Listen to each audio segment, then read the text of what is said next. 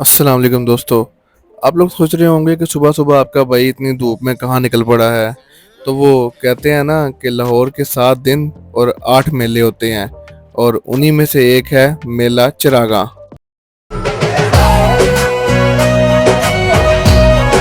मेला चिरागा हर साल एक सूफी बुजुर्ग और पंजाबी के मरूफ शायर हज़रत शाह हुसैन रहमतुल्लाह अलैह के उर्स के मौका पर लाहौर शालामार बाग में मुनक्किद किया जाता है।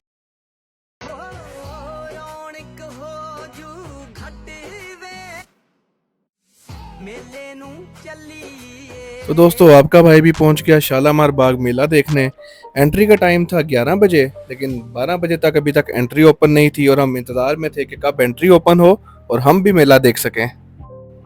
फाइनली एंट्री ओपन हो गई और हम आके जेंट्स की लाइन में लग गए टिकट के लिए।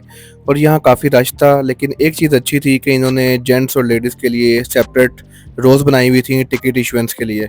तो हर बंदा अपनी रो में लगा हुआ था टिकट कलेक्ट करके, और हम इस वक्त आ गए हैं मेन एंट्रेंस पे, जहाँ से हम मेले में एंटर होंगे।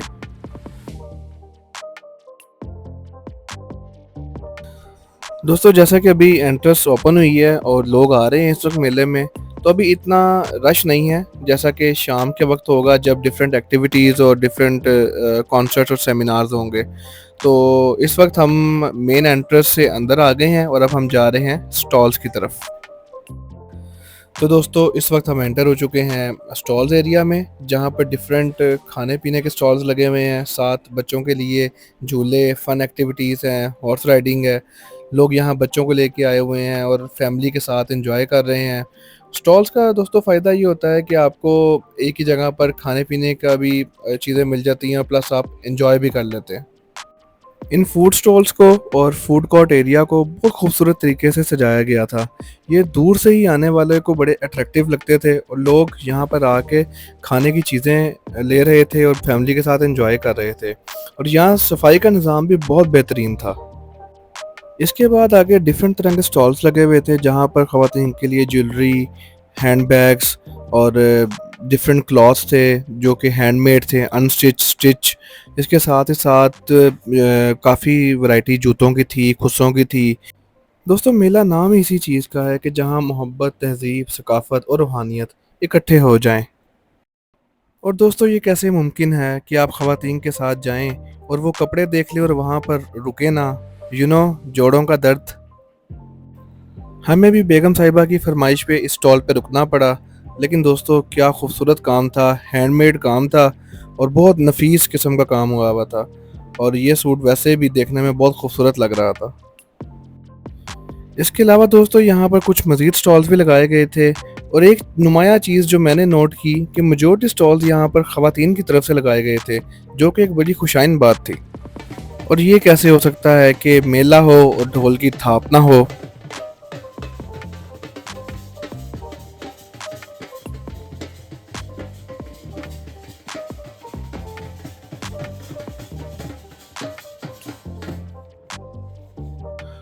तो दोस्तों, जैसा कि हम अपने बुज़ुर्गों से सुना करते थे कि जो मेले होते थे वो पंजाब के गाँव देहातों की रौनक हुआ करते थे। और उसी चीज़ की अक्कासी हमने यहाँ देखी कि यहाँ इन्होंने एक एरिया बिल्कुल किसी पंजाब के खूबसूरत गाँव की तरह से सजाया हुआ था। और जहाँ पर ऐसे ही मालूम होता था कि आप किसी गाँव में आ गए हैं। यहाँ पर लोग तस्वीरें बना रहे थे, और बड़ी खूबसूरत किस्म की पंजाबी शायरी यहाँ पर लिखी हुई थी।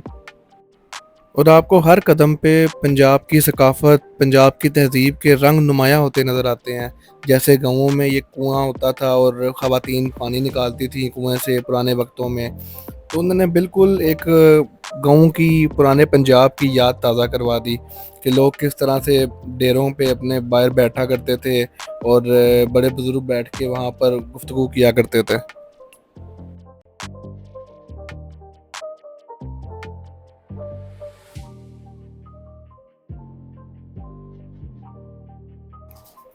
अचानक आपके भाई की नज़र इस रिक्शा पे पड़ी, जो कि बड़ा खूबसूरत लग रहा था। तो हमने सोचा क्यों ना इसके सामने एक तस्वीर खिंचवाई जाए। कमेंट में ज़रूर बताइएगा कि भाई की तस्वीर कैसी आई। इस खूबसूरत दरख्त के डेकोर को देख के आपके भाई का अंदर का कैमरामैन जागा, और हमने सोचा क्यों ना आपके लिए खूबसूरत सा क्लिप रिकॉर्ड किया जाए। तो आप देखें किस खूबसूरत अंदाज के साथ इस दरख्त को डेकोर किया गया था और एक पंजाब की जो एक तहजीब और सकाफत है उसको नुमायाँ किया गया था। ये बहुत ही खूबसूरत लग रहा था। जो लोग गाँव से वाबस्ता बेमाला होंगे वो इस तेरी चरखे और इस मधानी से खूब बेघरों वाकिफ होंगे। चुक चरखा गली दे विच डावा वे लोका पानी। आगे दोस्तों ये मिट्टी के बर्तनों का स्टॉल लगा हुआ था जहाँ मिट्टी के घड़े, मिट्टी के प्याले, मिट्टी की हांडियाँ लगी हुई थी जो बहुत खूबसूरत लग रही थी। और साथ ही साथ ये चाटी की लस्सी का स्टॉल था जो कि आपको पता है एक पंजाब की रवायत है। हज़रत शाह हुसैन रहमतुल्लाह अलैह का एक मशहूर कलाम जिसका शेर एक यहाँ पर डिस्प्ले किया गया था कि माए नी मैं किन्नू आखां दर्द विछोड़े दा हाल नी।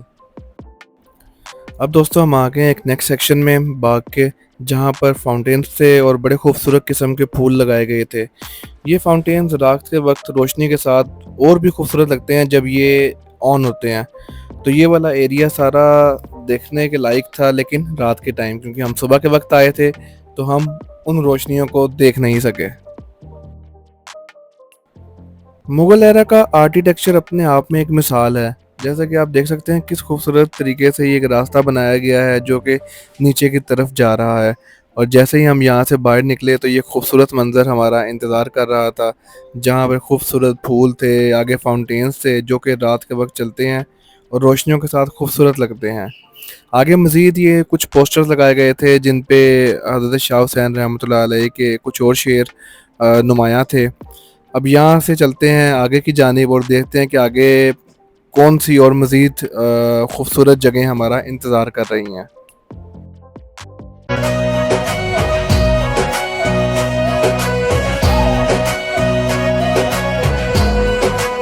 दोस्तों अब हम पहुंच गए हैं बाग के निचले हिस्से में, जहाँ पे मज़ीद खाने के स्टॉल्स लगे हुए थे और दरख्तों के साए के नीचे खूबसूरत जगह थी जहाँ बैठकर आप अपनी फैमिली के साथ खाना एंजॉय कर सकते थे। यहाँ पर लोग अपनी फैमिलीज़ के साथ पिकनिक के तौर पर भी आए हुए थे। लोग घर से खाना बना के लाए हुए थे और यहाँ बैठ के मज़े से लुत्फ़अंदोज़ हो रहे थे। दोस्तों गर्मी की शिद्दत तो थी, तो हमारी बेगम का दिल कर पड़ा कि हमें गोला खिलाया जाए। तो हम आ गए गोले के स्टॉल पे और गोले वाले भाई को कहा कि यार एक खूबसूरत सा गोला बनाएं ताकि कोई हमारी वीडियो भी अच्छी सी बन जाए। ले दोस्तों गोले हमारे हो गए हैं तैयार और अब हम भाई से गोला लेके और जाके आराम से बैठ के गोला खाएंगे। दोस्तों ये लच्छे वाला कार्ड देख के हमें अपना बचपन याद आ गया, तो हमने सोचा क्यों ना इसे अपने कैमरे में महफूज कर लिया जाए कि किसी दौर में कोई देखे और सोचे कि यार ये भी एक दौर होता था। तो दोस्तों जैसे ही हम आगे बढ़े, आगे मज़ीद कुछ खाने के स्टॉल्स अभी रेडी हो रहे थे और कुछ ऑलरेडी लग चुके थे, जिसमें फ़्राइज़ के स्टॉल्स थे। लोग फ़्राइज़ बना के रेडी करके और वेट कर रहे थे कि लोग आएँ और उनसे ख़रीदें। इसके साथ ही साथ आगे जैसे ही हम आगे बढ़े तो हमारी नज़र पड़ी अंदरसों के ऊपर। तो अंदरसों का नाम आते ही फ़ौरन से कसूर का और बाबा बुल्ले शाह का ज़हन में आ जाता है।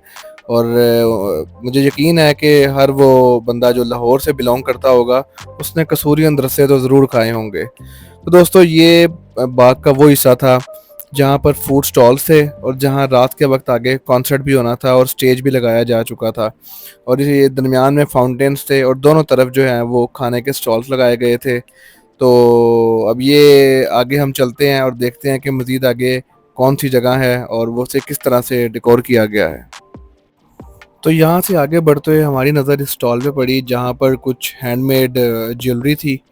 तो हमने कहा चलें इस स्टॉल का भी विज़िट किया जाए। और आगे बढ़ते हुए ये कुछ सिंधी टेक्सचर में हमें शॉल्स नज़र आईं, बच्चियों के कपड़े थे, साथ ज्वेलरी थी।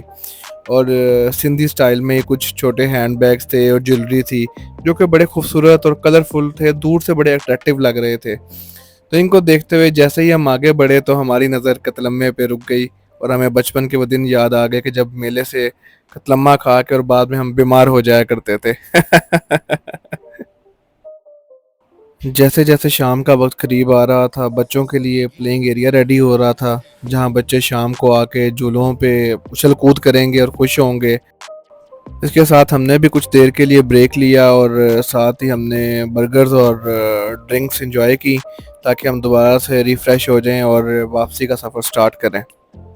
और जैसे ही हम वापसी के लिए निकले तो हमारी नज़र इन टांगों पे पड़ी और बुज़ुर्गों से सुनी हुई बातें याद आ गईं कि किसी दौर में लाहौर शहर में टांगे कितने मशहूर होते थे और लोग अपना सफ़र इन्हीं टांगों के ऊपर किया करते थे, जो कि अब बिल्कुल ही नज़र नहीं आते। और किसी ने सोचा ही नहीं था कि एक वक्त में इतनी मकबूल सवारी बिल्कुल ही नापैद हो जाएगी। तो यहाँ से हमने लिया अपना वापसी का सफ़र।